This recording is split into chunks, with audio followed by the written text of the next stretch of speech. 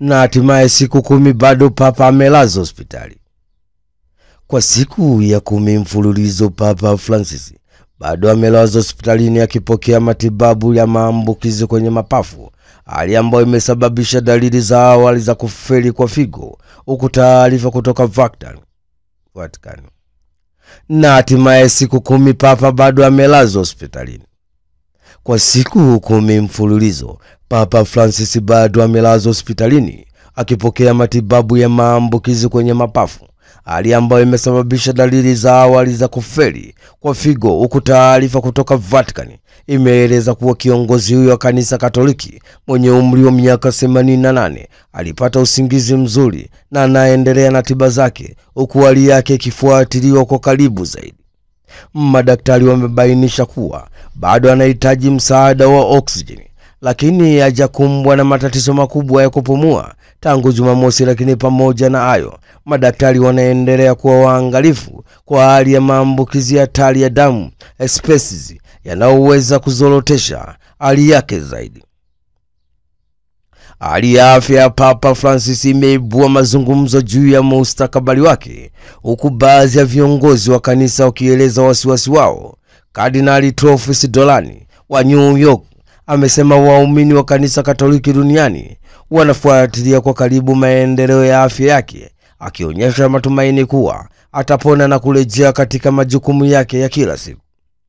Licha ya changamoto hizo za kiafya, Vatican imesisitiza kuwa Papa Francis anaendelea kula mwenyewe bila msaada wa lishe ya maji na yupo katika hali ya moyo mzuri.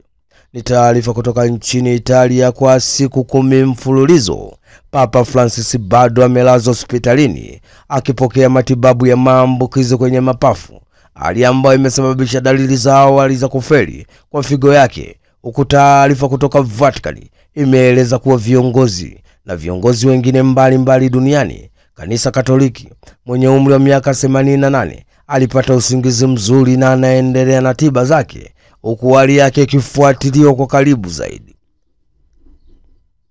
Ugonjwa usiojulikana waua watu zaidi ya 50 huko Kongo.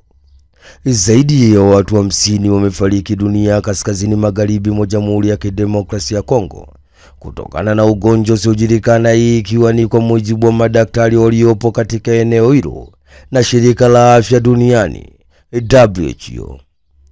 Mkurugenzi wa hospitali ya Biloko, kituo cha ufuatiliaji afya Senji Ngalebato, wameliambia shirika la habari AP kwamba muda kati ya kuanzia kwa dalili na kifo ni saa 48 kwa wagonjwa wengi, na kusema hali hiyo inatia wasiwasi mlipuko wa ugonjwa huo usiojulikana ukitokea mnamo Januari 21, na hadi sasa wagonjwa 419 wameripotiwa, ikiwemo vifo vya watu 53.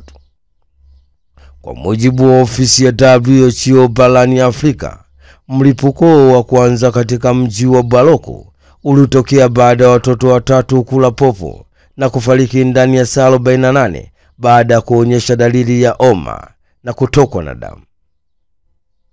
Ikumbuke mwaka jana ugonjwa mwingine usiojulikana ulisababisha vifo vya zaidi ya watu 100 kusini magharibi mwa Kongo, japo baadaye uligundulika kuwa ni aina kali ya malaria. Ni taarifa kutoka huko Kongo. Hatimaye zaidi ya watu 50 wamefariki dunia kaskazini magharibi mwa Jamhuri ya Kidemokrasia ya Kongo kutokana na ugonjwa usiojulikana, ikiwa ni kwa mujibu wa madaktari waliopo katika eneo hilo na shirika la afya duniani WHO. Madiwani Arusha waomba Makonda agombee ubunge. Madiwani wa baraza la halmashauri katika jiji la Arusha mjini wamemuomba mkuu wa mkoa wa Arusha Paul Christian Magonda agombee ubunge katika jimbo la Arusha mjini kwenye uchaguzi mkuu unaotarajiwa kufanyika Oktoba mwaka 2025. Madiwani hao akiwemo naibu meya wa jiji la Arusha Abraham Moleli na diwani wa kata ya Nthemi Labola Petro, wakiongea kwenye kikao maalum cha madiwani cha kujadili bajeti, wamesema kuwa kwa namna Paul Christian Makonda anavyogusa watu, muda ukifika anatakiwa achukue fomu agombee ubunge wa Arusha mjini. Tunakaa na watu wanasema kwa namna anavyoguswa na watu Paul Christian Makonda, tunakaa na wananchi na wanazungumza mengi zidi yako. Ukipendezwa nenda kachukue fomu ya ubunge wa Arusha mjini. Hata hivyo, mkuu huyo wa mkoa hapo Christian Makonda hakujibu chochote baada ya hoja hizo za madiwani, lakini awali wakati akiongea na madiwani hao katika kikao hicho cha bajeti, alitoa maagizo kwa mkuu wa wilaya kufuatilia tuhuma ya baadhi ya watumishi wanaodaiwa kufanya upigaji wa fedha shilingi milioni 200. Ni taarifa kutoka jijini Arusha. Hatimaye madiwani wa baraza la halmashauri katika jiji la Arusha wamemuomba mkuu wa mkoa wa Arusha Paul Christian Makonda agombea ubunge katika jimbo la Arusha mjini kwenye uchaguzi mkuu unaotarajiwa kufanyika Oktoba mwaka 2025. Hatimaye maafisa wa LBL 26 wakamatwa Dar es Salaam.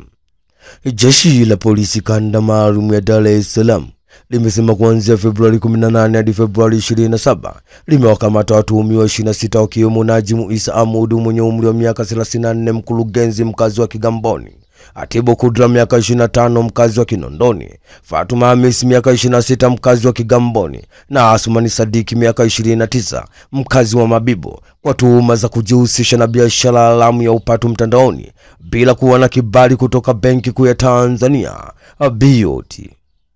Taarifa iliyotolewa na polisi imesema watuhumiwa walikamatwa katika maeneo mbalimbali katika jiji la Dar es Salaam, ikiwa ni Mbagala, Gongo la Mboto, Tabata, Mbezi kwa Magufuli, Ubungo Riverside na Mabibo, ambapo jeshi la polisi kanda maalum ya Dar es Salaam kwa kushirikiana na Benki Kuu ya Tanzania BOT ilifanya uchunguzi wa kampuni ya Leo Burnett London maarufu kama LBL inayojihusisha na biashara ya upatu mtandaoni na kubaini kuwa kampuni hiyo haina uongozi maalum. Vile ufanyaji kazi wake ili uweze kujiunga ni lazima utoe kiasi cha pesa kuanzia shilingi 500 na kuendelea ili uwe mwanachama, pia kuchangia pesa na kuwadanganya wananchi kuwa watapata faida kubwa kwa muda mfupi bila wanachama kujiridhisha kuwa namna hiyo katika shughuli ya uendeshaji wake wa kampuni hiyo. Mara upelelezi utapokamilika, watuhumiwa wote watafikishwa mahakamani kujibu tuhuma zinazowakabili. Pia jeshi la polisi linatoa wito kwa wananchi wote kuacha kujihusisha na biashara za upatu mtandaoni bila kujiridhisha kuwa kwa baadhi ya biashara hizo hazina leseni wala vibali kutoka mamlaka ya kisheria zinazohusiana, na hivyo vitahatarisha usalama wa pesa zao. Ni taarifa kutoka jijini Dar es Salaam. Hatimaye jeshi la polisi kanda maalum ya Dar es Salaam limesema kuanzia Februari 18 hadi Februari 27 limewakamata watuhumiwa 26 wakiwemo ni Najimu Isa Amudu, mkurugenzi mwenye umri wa miaka 34, mkazi wa Kigamboni; Atibu Kudra miaka 25, mkazi wa Kinondoni; Fatuma Hamisi miaka 26, mkazi wa Kigamboni; na Asumani Sadiki umri ni miaka 29, mkazi wa Mabibo, kwa tuhuma za kujihusisha na biashara haramu ya upatu mtandaoni bila kuwa na kibali kutoka Benki Kuu ya Tanzania BOT.